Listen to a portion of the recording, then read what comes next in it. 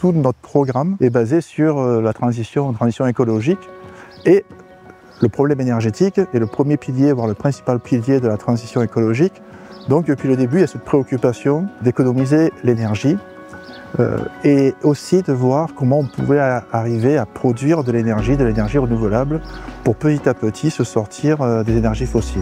Faire des économies d'énergie, c'est une philosophie que l'on a depuis longtemps, c'est-à-dire que ça fait plusieurs années que l'on a des programmes de rénovation des bâtiments publics.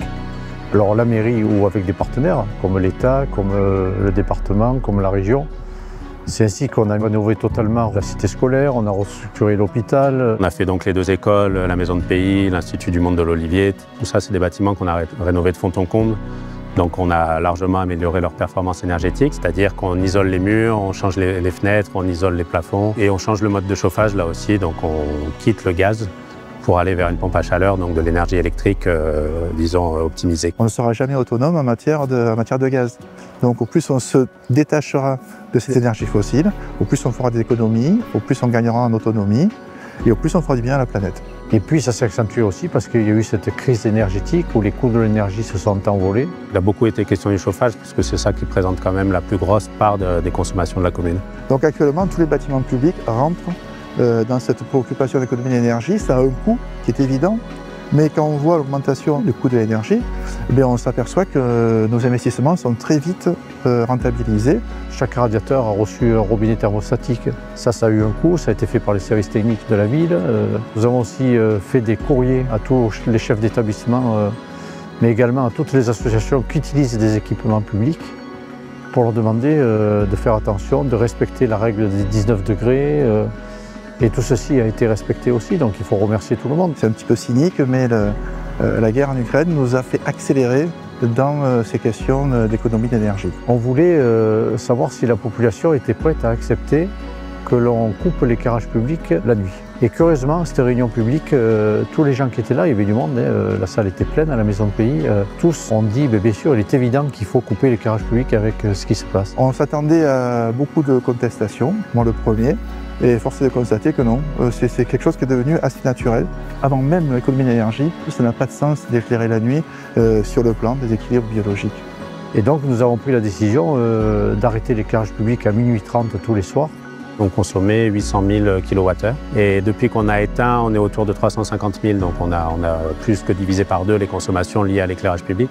La commune a investi beaucoup, si on parle d'éclairage, sur ces bâtiments, c'est-à-dire que nous avons transformé tous les équipements. On fait des campagnes de changement d'éclairage pour des LED. Ça a été le cas à la Maison des Sports, par exemple. Ça, c'est un bâtiment qui n'a pas encore été traité, mais où on a déjà anticipé en changeant les éclairages. Et après, on a aussi des équipements spécifiques du type stade ou tennis, où il y a des gros projecteurs qui sont assez consommateurs. Et là, ça a été aussi des campagnes à part, où on est passé sur des éclairages OLED. Tout ça, mis bout à bout, nous permet d'atteindre 40% d'économie d'énergie depuis 10 ans. Petit à petit, on s'investit dans le remplacement des ampoules de tout l'éclairage public. Ça aussi, c'est un investissement très lourd, mais c'est aussi important parce que le gaspillage d'énergie, c'est quelque chose qui, pour moi, est terrible. On ne peut pas faire pire en matière d'image que l'on renvoie.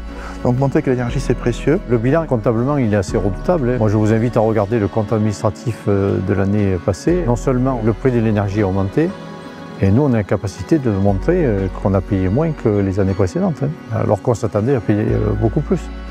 Un axe qu'on avait assez peu développé jusqu'à présent, c'est la production d'énergie. Donc à Nyon, c'est principalement le solaire qu'on souhaite privilégier pour des raisons évidentes d'ensoleillement.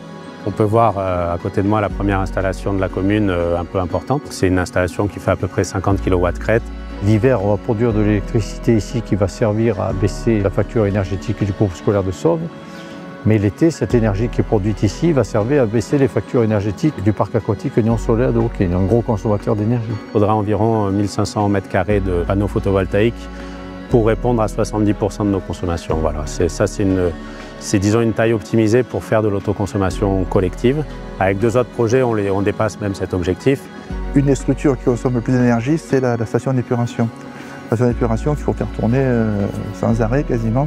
Donc l'idée, c'est profiter d'une petite parcelle qui appartient à la mairie, juste mitoyenne à la station d'épuration, pour mettre en place un petit champ photovoltaïque. Donc là, on coche à peu près toutes les conditions idéales pour avoir une installation à terme qui soit très vertueuse et assez exemplaire en matière de transition écologique. Le deuxième projet, c'est au parking Chantemerle. En tout, on avait visé 300 kW crête, un peu plus de 300, et donc là, avec 50 ici, 250 à la station d'épuration et 150, on va dire, au parking Chantemerle. Donc on est déjà au-delà de nos objectifs avec ces deux projets-là. Et donc le parking Chantemerle, c'est pour l'instant un parking qui est assez peu ombragé. On pourrait faire des ombrières photovoltaïques qui permettraient à la fois d'avoir par exemple des véhicules à l'ombre, mais en même temps de produire de l'énergie. Aujourd'hui, des choses sont tracées et maintenant il reste à les construire. L'économie d'énergie, c'est l'affaire de tous. Et au plus on économisera d'énergie, et au plus c'est la collectivité qui s'en portera bien, et c'est l'intérêt commun d'aller dans une direction d'économie d'énergie.